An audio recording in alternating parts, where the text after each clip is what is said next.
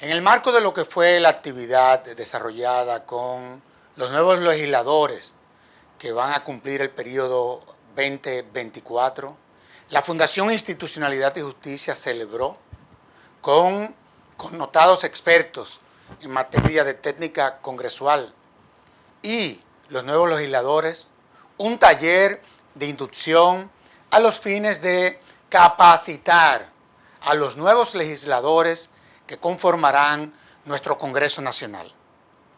En ese sentido, hemos querido concluir con todo lo que fueron las exposiciones, con un resumen, a los fines de que pueda servir desde el punto de vista de la didáctica y desde el punto de vista educativo a todos aquellos que se interesen en ver este material. Este encuentro cristalizó un verdadero espacio de ideas y criterios sobre el amplio aspecto que abarca la función legislativa de cara al desarrollo nacional y la institucionalidad democrática. Dentro de ello, muy especialmente, se dilucidó desde una perspectiva integral el rol crucial del Congreso Nacional en su calidad de poder del Estado, siendo el órgano que mejor representa el pluralismo de la sociedad, dada su condición de asamblea colegiada electa por el voto popular. A manera de inicio para esta sesión de trabajo, contamos con la conferencia magistral titulada El Congreso Nacional, su rol para garantizar la estabilidad democrática y el desarrollo nacional. A cargo nada más y nada menos que el honorable magistrado juez presidente del Tribunal Constitucional de la República Dominicana, el doctor Milton Ray Guevara, quien al inicio apuntó que el Congreso Nacional legisla y fiscaliza en representación del pueblo. Apuntó la premisa de que los grandes debates de la sociedad tienen lugar en las cámaras. Se habló de la génesis de la idea de parlamento situando la época del rey Enrique III en Inglaterra, donde surge una especie de oposición que integró eclesiásticos, laicos y caballeros. De ahí encontró punto de partida la Cámara de los Lores del siglo XIV. De la experiencia histórica inglesa y del desarrollo del constitucionalismo 18 y 19 se nutrió el constitucionalismo que siguió posteriormente bajo el precepto de que no hay democracia sin parlamento, esto es, sin Congreso. El magistrado presidente, la configuración del gobierno político de la provincia tiene una marcada influencia en la Constitución de Cádiz, la cual a su vez recibió influencia de los principios liberales de la Revolución Francesa. Como contexto histórico, respecto del constitucionalismo dominicano, se identifica la Constitución primigenia, que fue la del 1844. En ella, el Congreso de la República, en la Constitución del 1844, estaba compuesto de dos órganos, el Tribunado compuesto por 15 diputados y el Consejo Conservador, hoy Senado de la República, conformado por 5 miembros, uno en razón de cada provincia.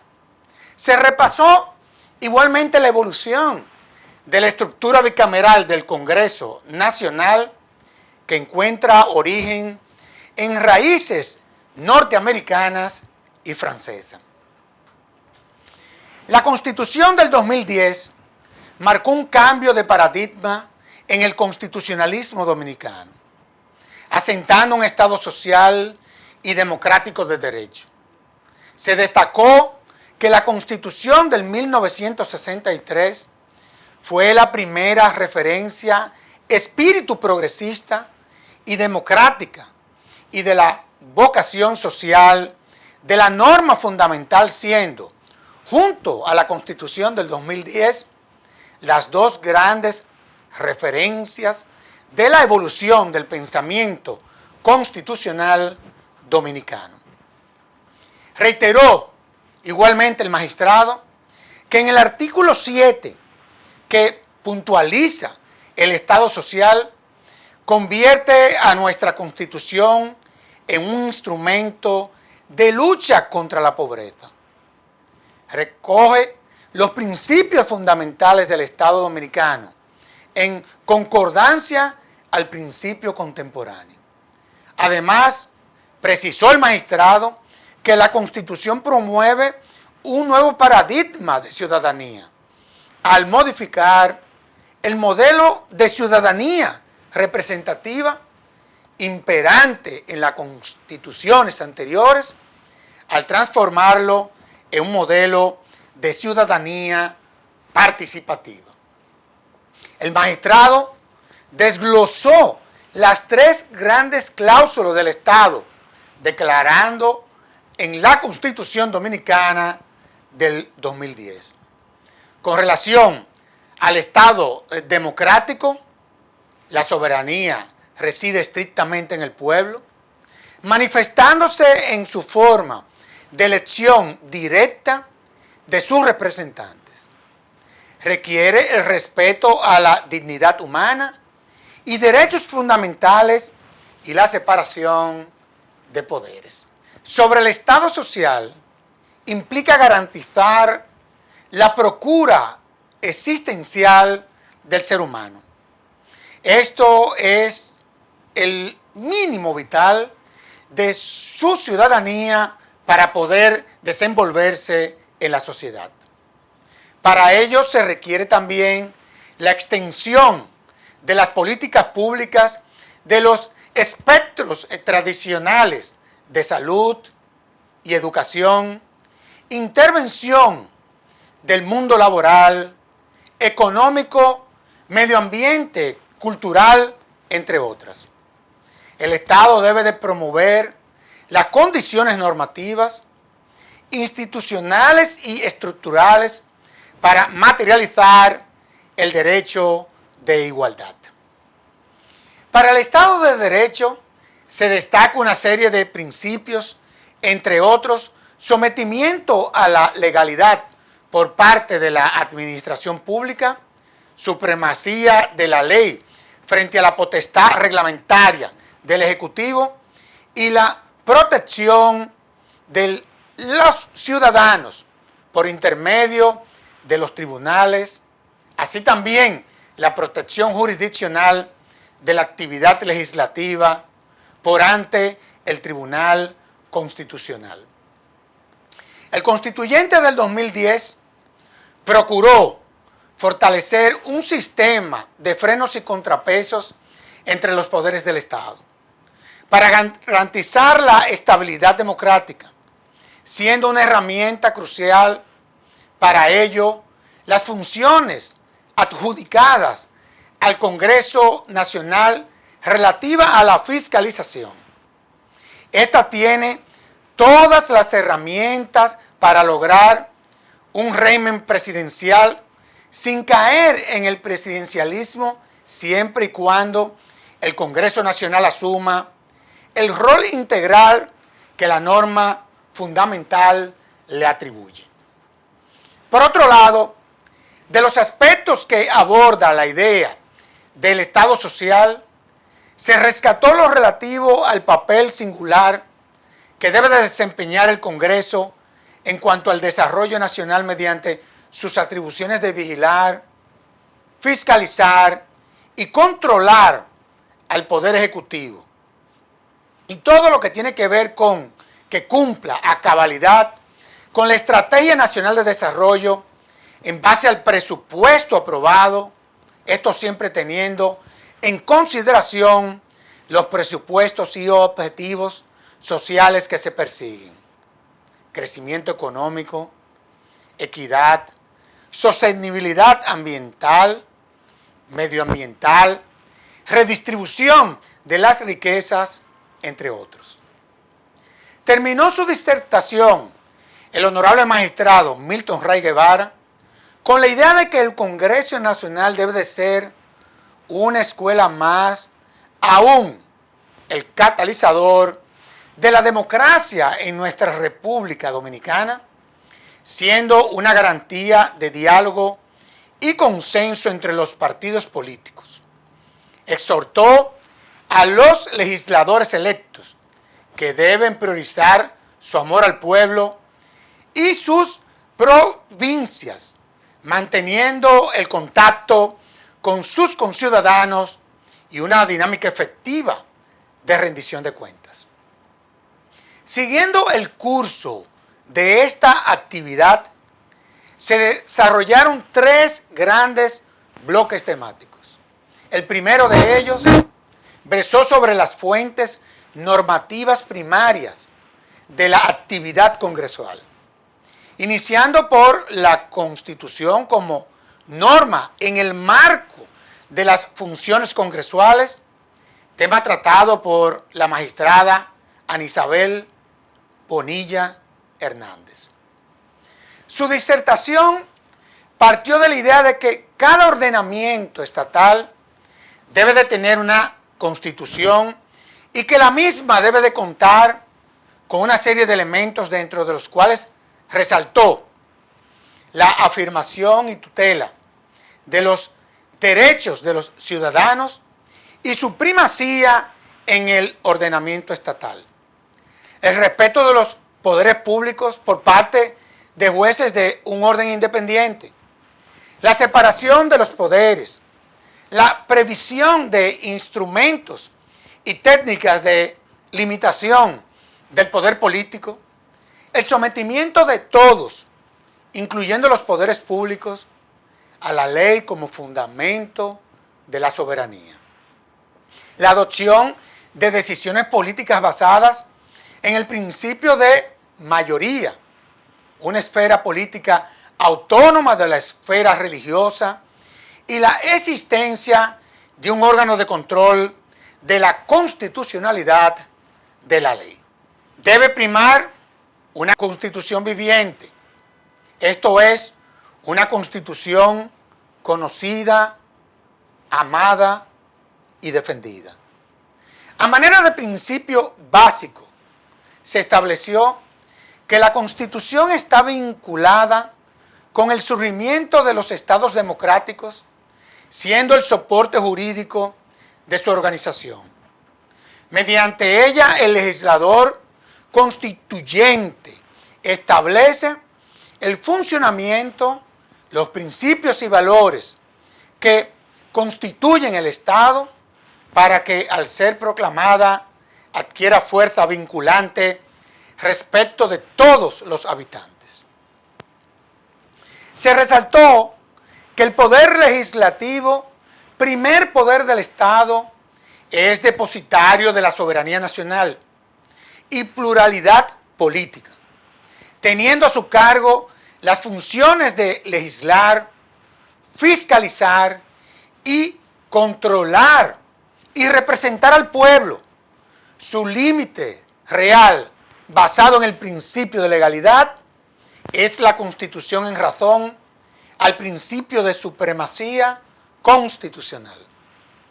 A raíz de una pregunta sobre la eliminación del tema de arrastre y el mantenimiento del método de Holmes, la magistrada Ana Isabel Bonilla explicó de manera detallada que, a su juicio, este método desdibuja la intención del voto preferencial y favorece la proporcionalidad de los partidos mayoritarios en detrimento de aquellos minoritarios. Habló sobre la máxima in dubio pro legislatore, que manifiesta que si el legislador vota una ley, esa ley nace con una presunción de constitucionalidad.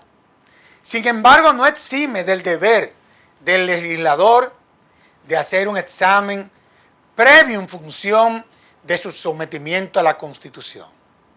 La ley no exige que sea redactada de manera complicada, sino su objetivo y los mecanismos de sanción deben de estar determinados.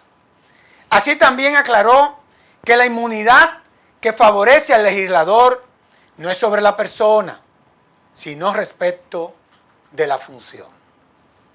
Enfatizó que es a través de la labor legislativa que se elaboran las normas como expresión de la voluntad popular, cuya fuerza jurídica solo está sometida a la supremacía de la Constitución.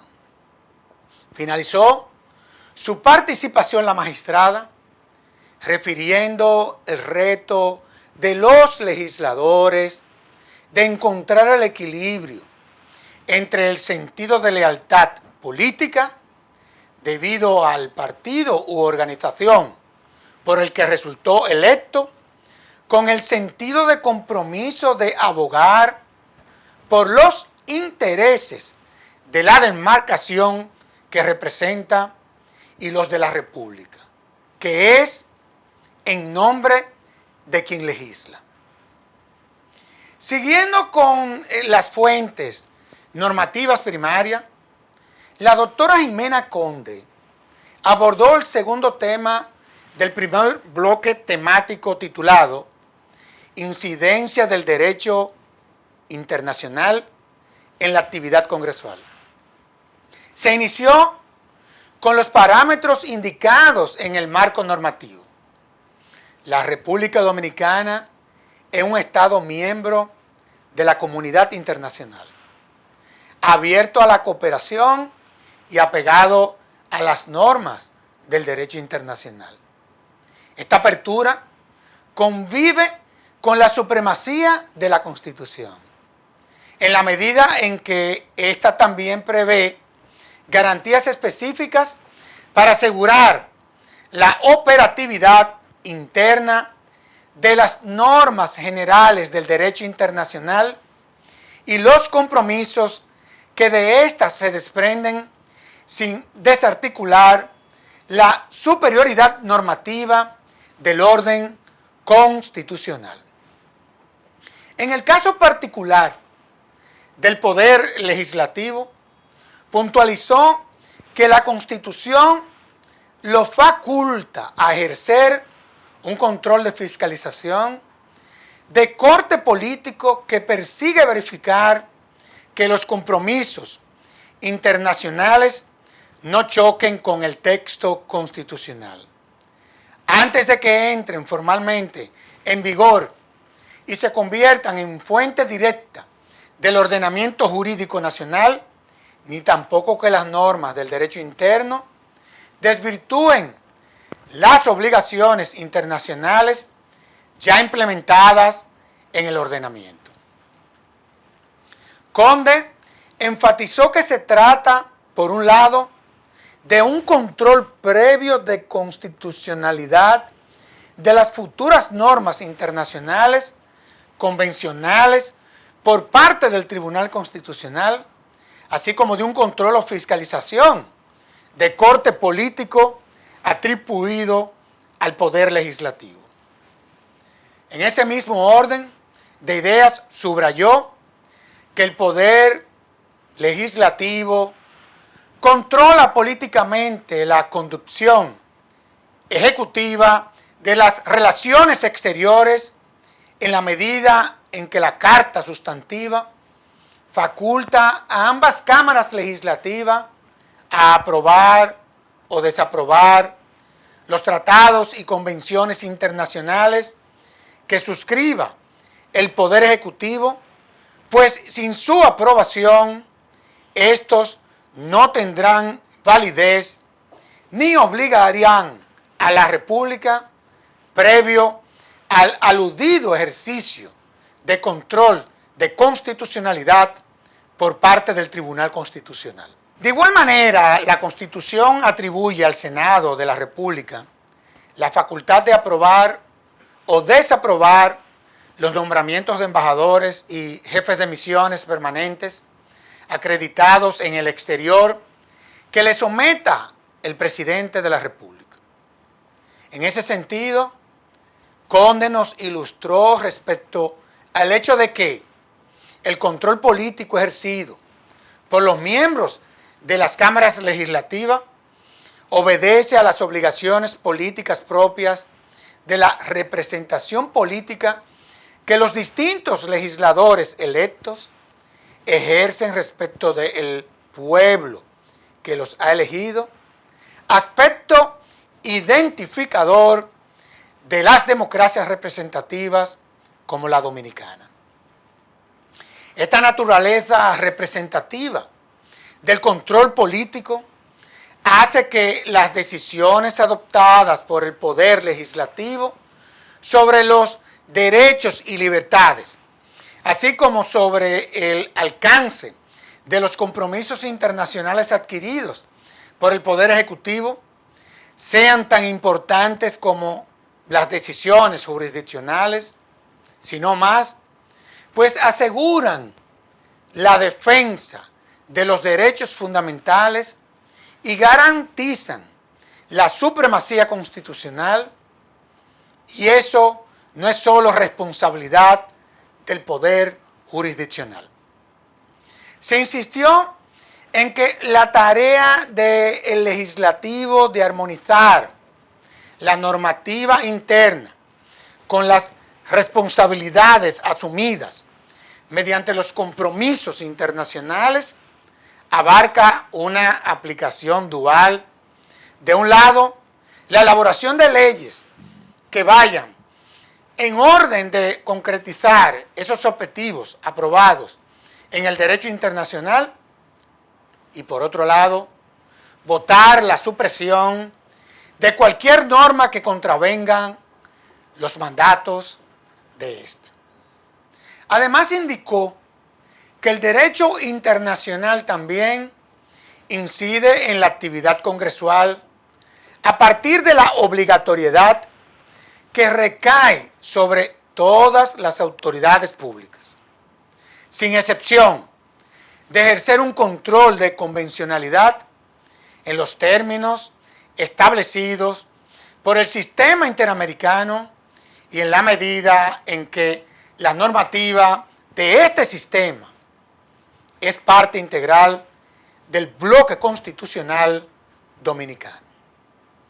Advirtió finalmente que son las cámaras legislativas que teóricamente cuentan con la sensibilidad política necesaria para que ciertas decisiones, aunque jurídicamente fundamentadas, tengan la legitimidad popular necesaria, así como la posibilidad de que dichas decisiones sean efectivamente obedecidas y ejecutadas en la práctica.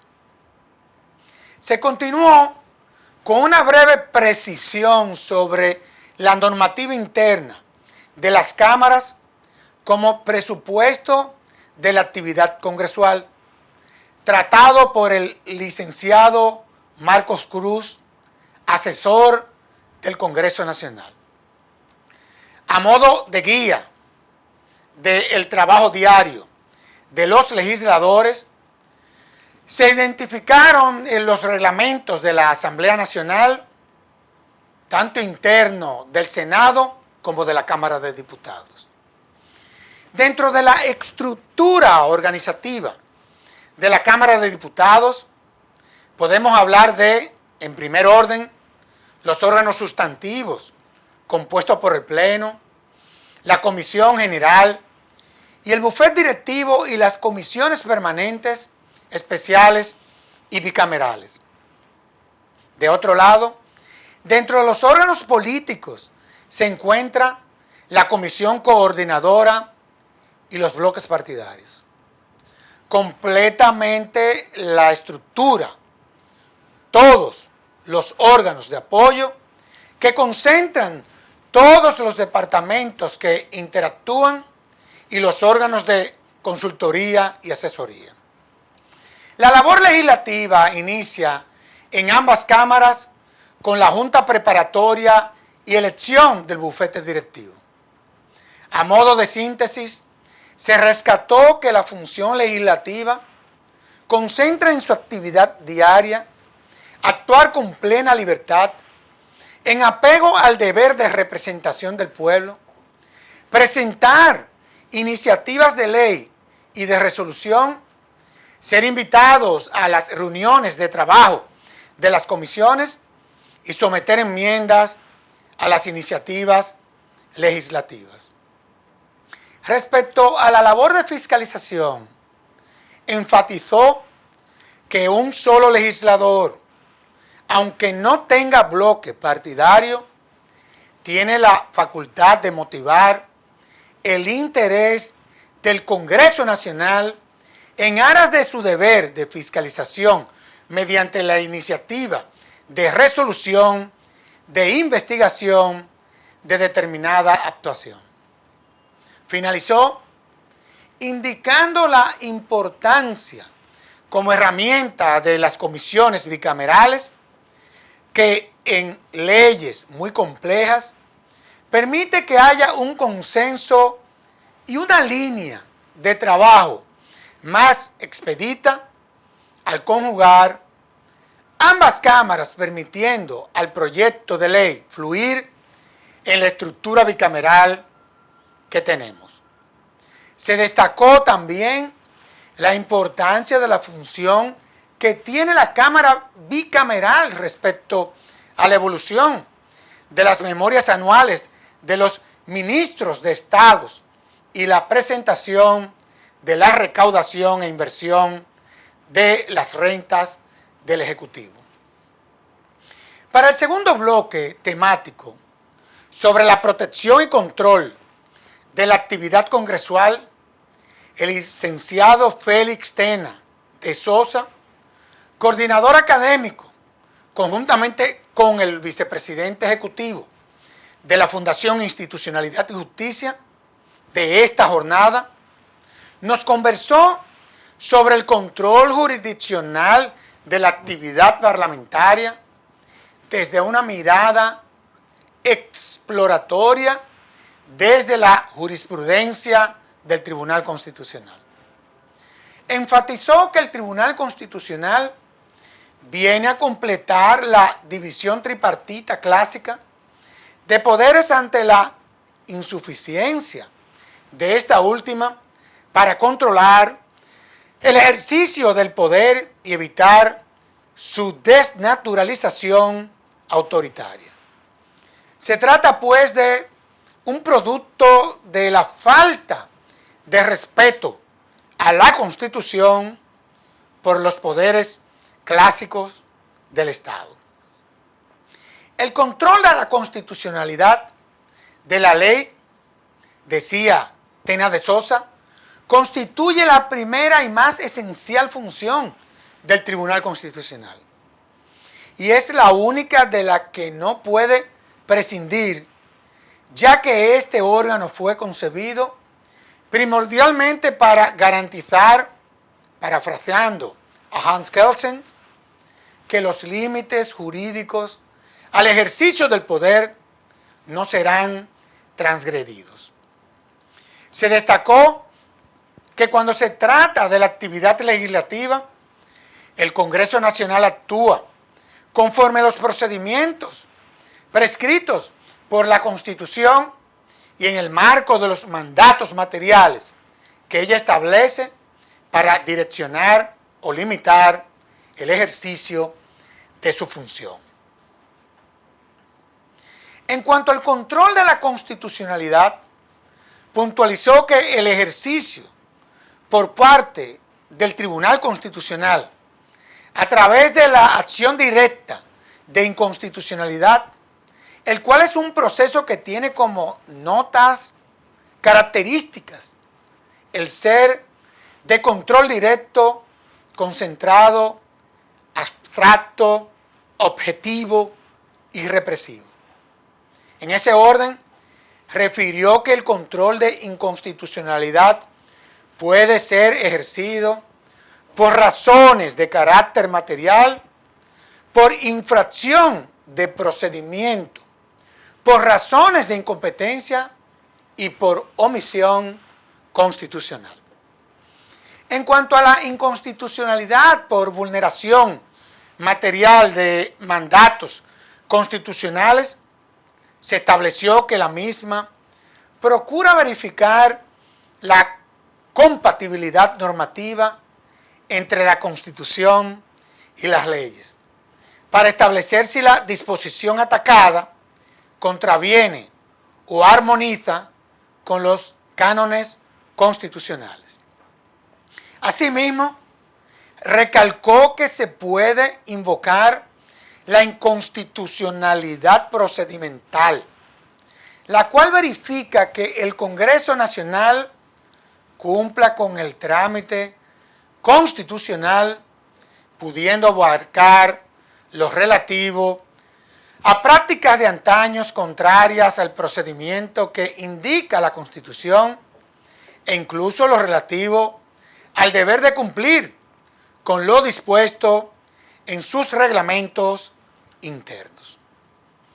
En cuanto a la inconstitucionalidad, por razones de competencia, se indicó que esta modalidad de infracción constitucional ocurre cuando un órgano actúa suplantando las competencias que la Constitución otorga a otro, o porque carece de competencia para utilizar la categoría normativa empleada para producir un documento normativo.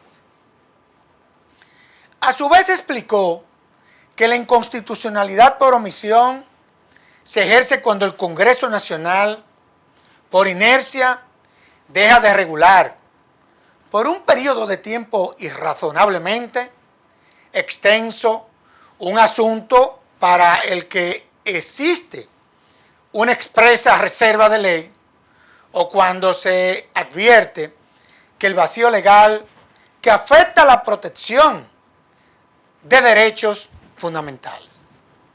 A modo de resumen, se precisó que la actividad legislativa, sujeta al control de constitucionalidad, contempla las leyes, las resoluciones sobre contratos, el presupuesto general del Estado, la ley que declara la necesidad de reforma constitucional.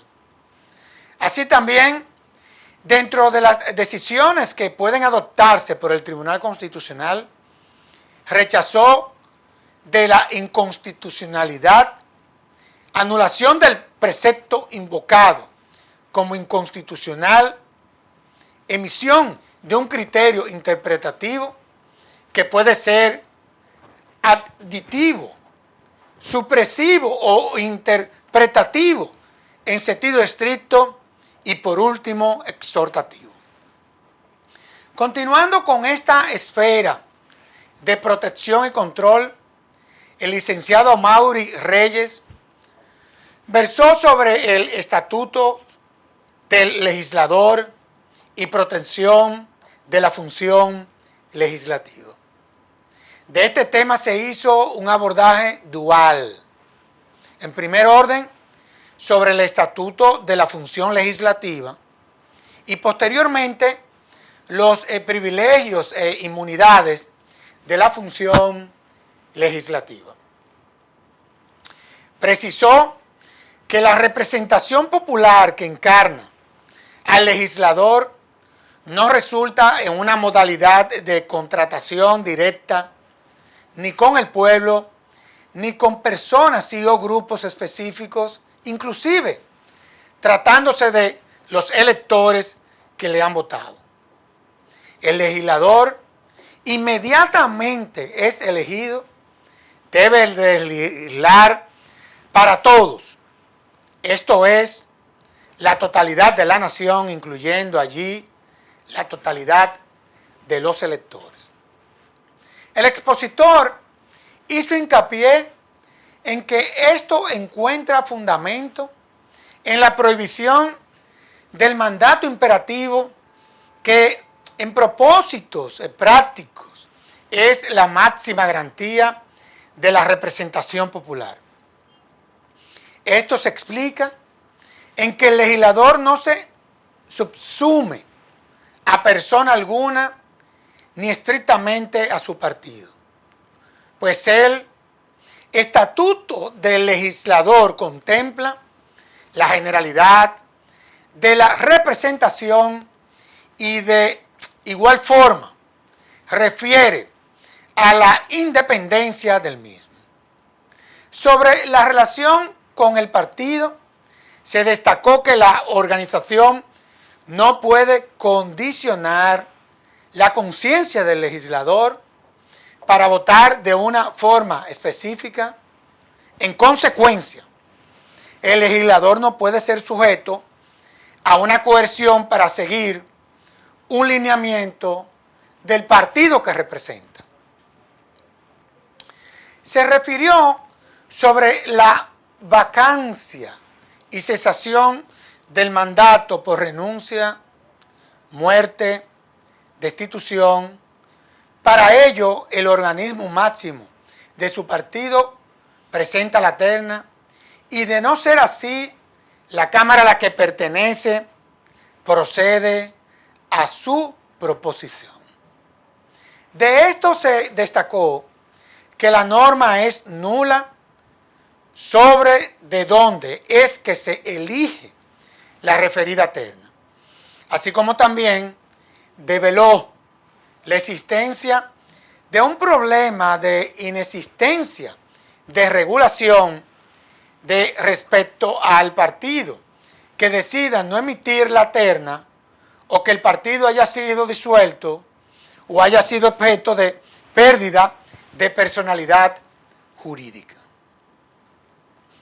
En cuanto a la incompatibilidad, subrayó que no se pueden agregar más requisitos de los que establece la Constitución. De ello, indicó que la función del legislador es exclusiva, pudiendo solo dedicarse a la docencia. Para ello, desde una visión ética y en consonancia a las disposiciones en este sentido, sugirió como parámetro reflexionar respecto que puede suponer un conflicto de interés con la función del legislador. Con relación a los privilegios e inmunidades de la función, se identifican los privilegios de la responsabilidad del legislador, como lo es la exclusión del procedimiento ordinario de la jurisdicción penal, llevándolo directamente a sede de la Suprema Corte de Justicia.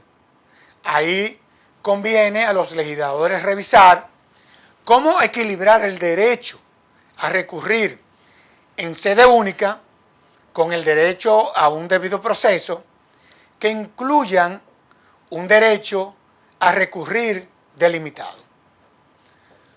Por último, destacó lo relativo a la inmunidad, diferenciando la inmunidad de opinión, que refiere a que todo lo dicho en el hemiciclo está protegido y no puede ser atacado mediante un procedimiento en sede civil y o penal. Tomando en consideración, esa inmunidad no se extiende a la comisión ni fuera del hemiciclo. Y por otro lado, la inmunidad en contra de la privación de libertad que les favorece salvo que sean encontrados en delito flagrante.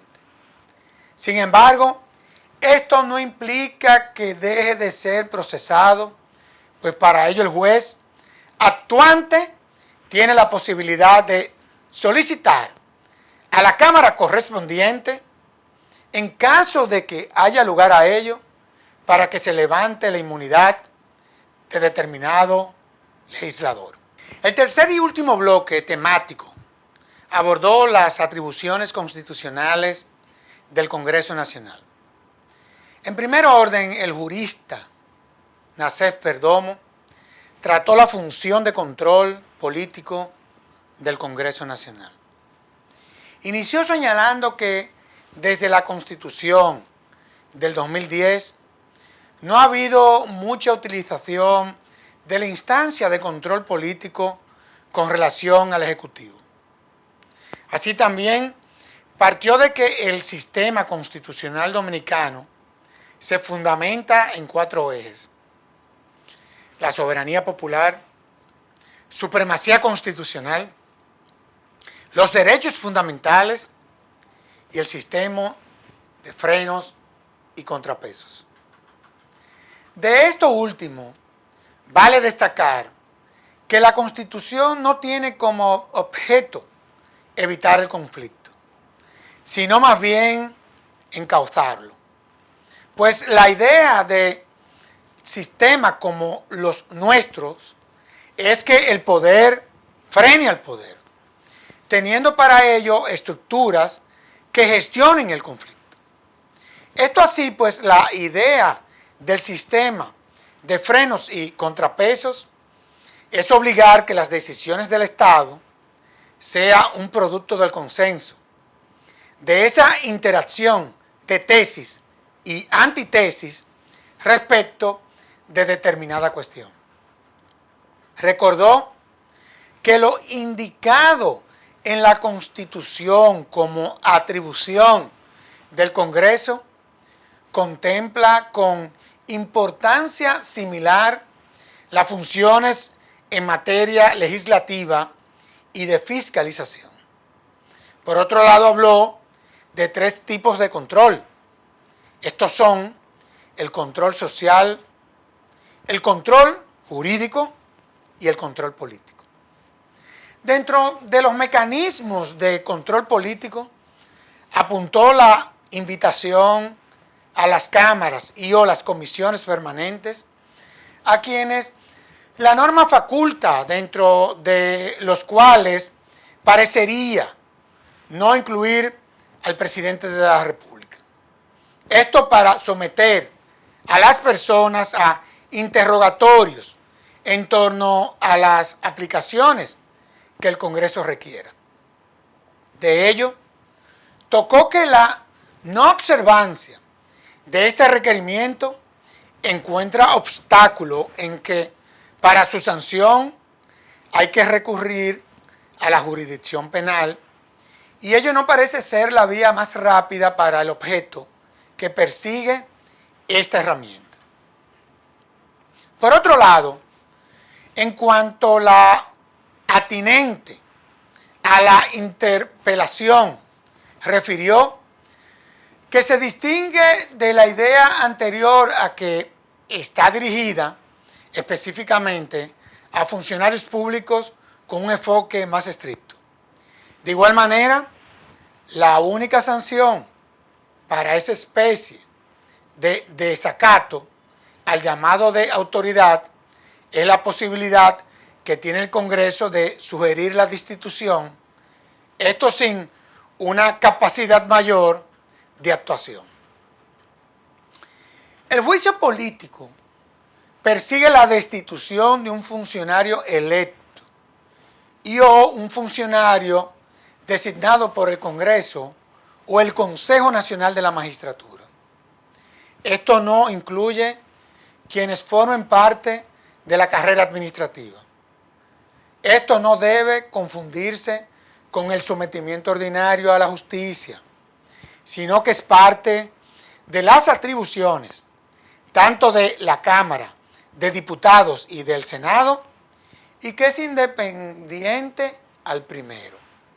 El juicio político en los sistemas presidencialistas refleja una especie de voto de censura.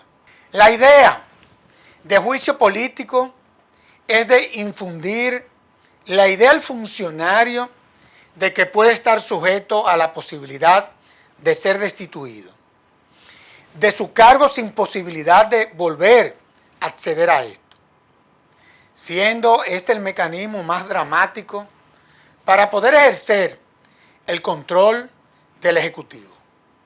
Sin embargo, como bien devela la historia, ha sido relegado dentro de la función congresual. Por último, expresó a su juicio, la idoneidad, aun con sus limitaciones, de los mecanismos que preceden al juicio político, esto es, la invitación a Cámara o a comisión y la interpelación, lo cual no debe ser visto como una agresión al funcionario, sino la herramienta que permite el rendimiento de cuentas y sujeción a la ley de la administración pública. Con esto, instó a que, a la par de la función legislativa, hagan parte de cotidianidad del Congreso la responsabilidad cuanto a las atribuciones de fiscalización. Siguiendo con las exposiciones, la licenciada Patricia Santana expuso sobre la función normativa, resoluciones, leyes ordinarias y orgánicas y reforma constitucional. Explicó que el Congreso regula la vida de la ciudadanía a través de la función normativa, es decir, mediante la elaboración de las leyes.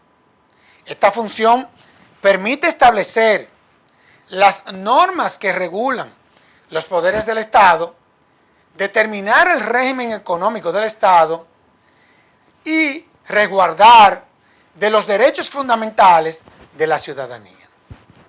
Además, esta función permite controlar todo el funcionamiento del poder de los órganos del Estado.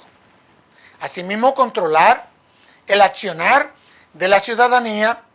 Además, explicó las principales características de la función normativa, legislativa y constituyente e internacional. El carácter legislativo le permite al Congreso elaborar las leyes. Mientras tanto, el carácter constituyente le otorga la capacidad de poder reformar la Constitución. Explicó que todas las autoridades están sometidas al principio de supremacía constitucional y a los demás principios que establece la Constitución. Enfatizó que es fundamental anotar que los legisladores siempre deben observar los pilares de la función normativa del Poder Legislativo. Finalmente, precisó que la función legislativa debe garantizar, a través de su ejercicio, la protección efectiva de los derechos de las personas, el respeto de su dignidad y la obtención de los medios que le permitan perfeccionarse de forma igualitaria, equitativa y progresiva, de un marco de libertad individual y de justicia social compatible con el orden público. Por último, en el programa de esta jornada, el licenciado Pedro Montilla hizo una serie de precisiones sobre la reserva de ley como concreción de los contenidos constitucionales. Esto hacia un impulso de la agenda legislativa. De inicio, explicó que la reserva de ley es una garantía consagrada por el constituyente, mediante la cual un determinado número de materias son reservadas a la potestad exclusiva del legislador, evitando la intervención sustantiva de lo esencial al poder reglamentario representado por las autoridades administrativas. Precisó las diferencias entre el principio de legalidad y reserva de ley, indicando que, en cuanto a la naturaleza jurídica del principio de legalidad, es solo eso, un principio. Mientras tanto, la reserva de ley puede asumir diferentes manifestaciones, tal puede ser principios, garantía o técnica legislativa. estableció que en cuanto a su alcance, el principio de legalidad debe de ser observado por todas las autoridades públicas, mientras que la reserva solo corresponde al poder legislativo. Aclaró que el principio de legalidad es tutelado mediante la acción contencioso-administrativa ante el Tribunal Superior Administrativo, a diferencia de la reserva, que es tutelada ante la jurisdicción constitucional.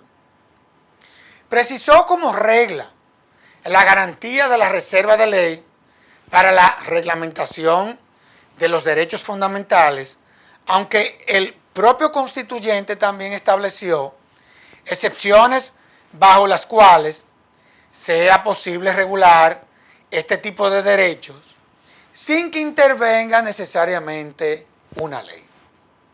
Estos casos, por ejemplo, apuntó, cuando se trate de implementar políticas públicas que garanticen el ejercicio de derechos relacionados con la salud que pueden ser regulados por actos de menor rango que la ley. De ahí detalló las reservas de ley que operan en distintos aspectos a saber. Por ejemplo, en materia presupuestaria, tenemos reserva de ley en cuanto a la ley marco, que admite la regulación de aspectos procedimentales por parte de las autoridades presupuestarias del Estado.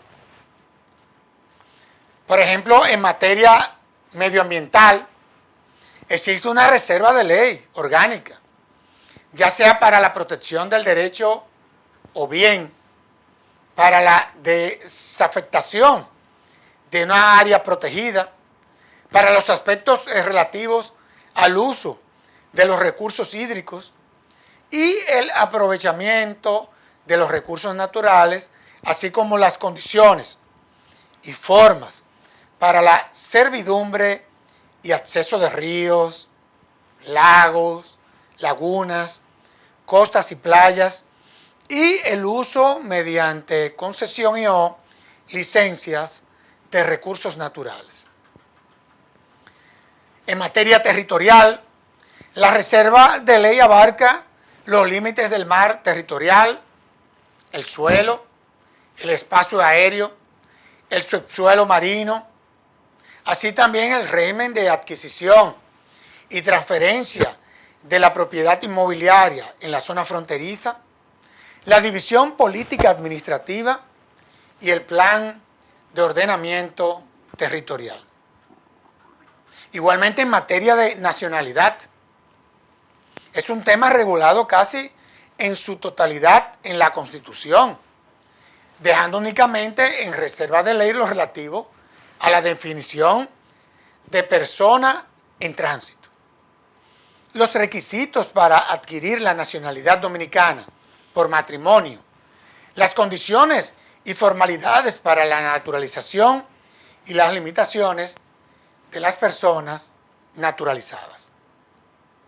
En materia de administración pública, entre otros, creación de los ministerios y las atribuciones de ministros y viceministros, el procedimiento para producir las resoluciones y actos administrativos, régimen estatutario y de compensación, la sanción a la corrupción, regulación de declaración jurada, régimen de responsabilidad civil de los funcionarios y organismos públicos, entre otros.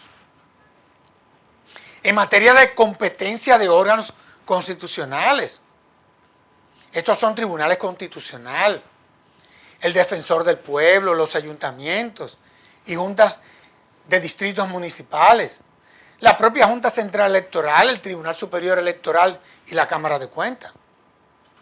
Igualmente en materia de mecanismos directos de participación ciudadana, lo relativo al referendo, plebiscito, iniciativa normativa municipal y referendo consultivo. En materia económico-financiero, Está lo relativo a la modificación del régimen legal de la moneda o de la banca, lo cual por su importancia requiere de una reserva de ley absoluta y orgánica y con un quórum mayor.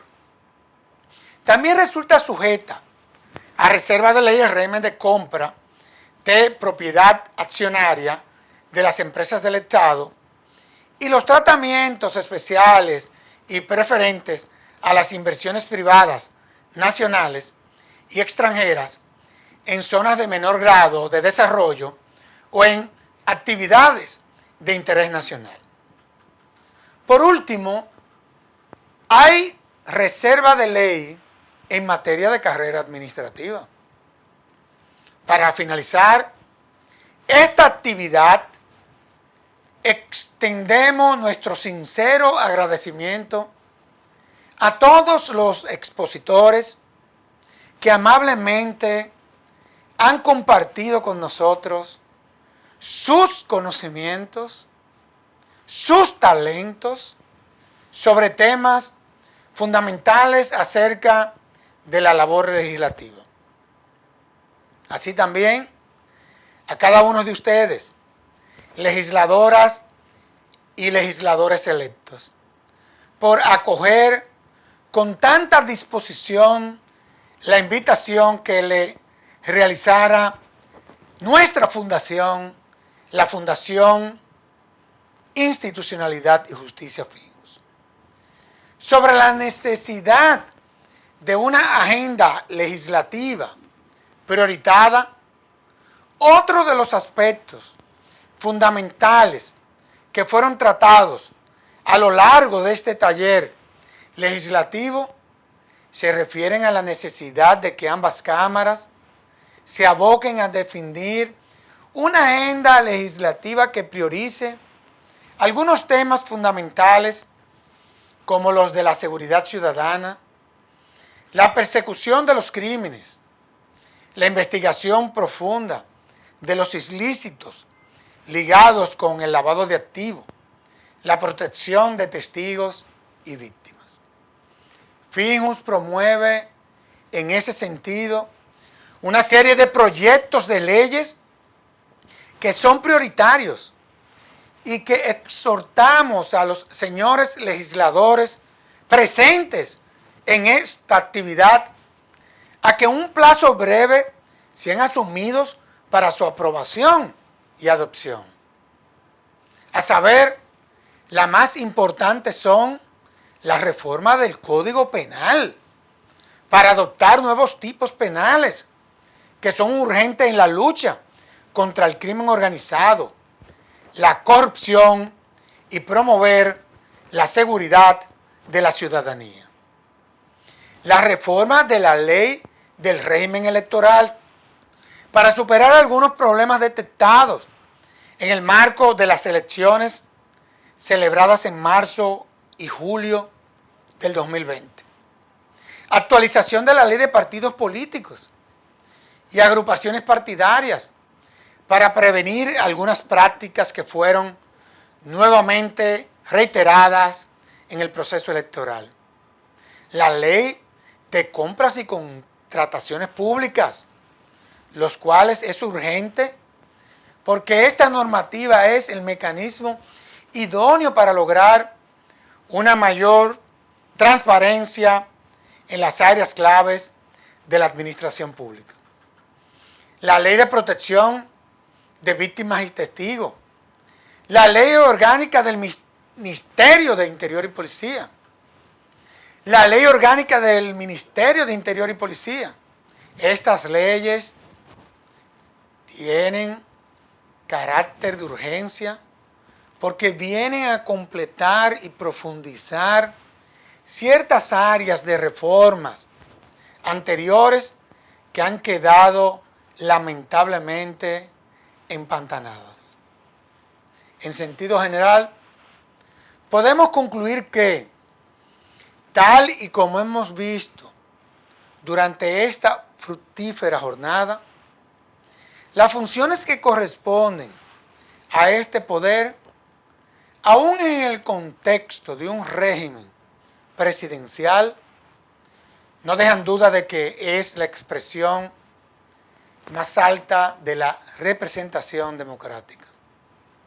Y en consecuencia, la sede en la que se han de dilucidar las decisiones normativas más trascendentales a la luz de la Constitución.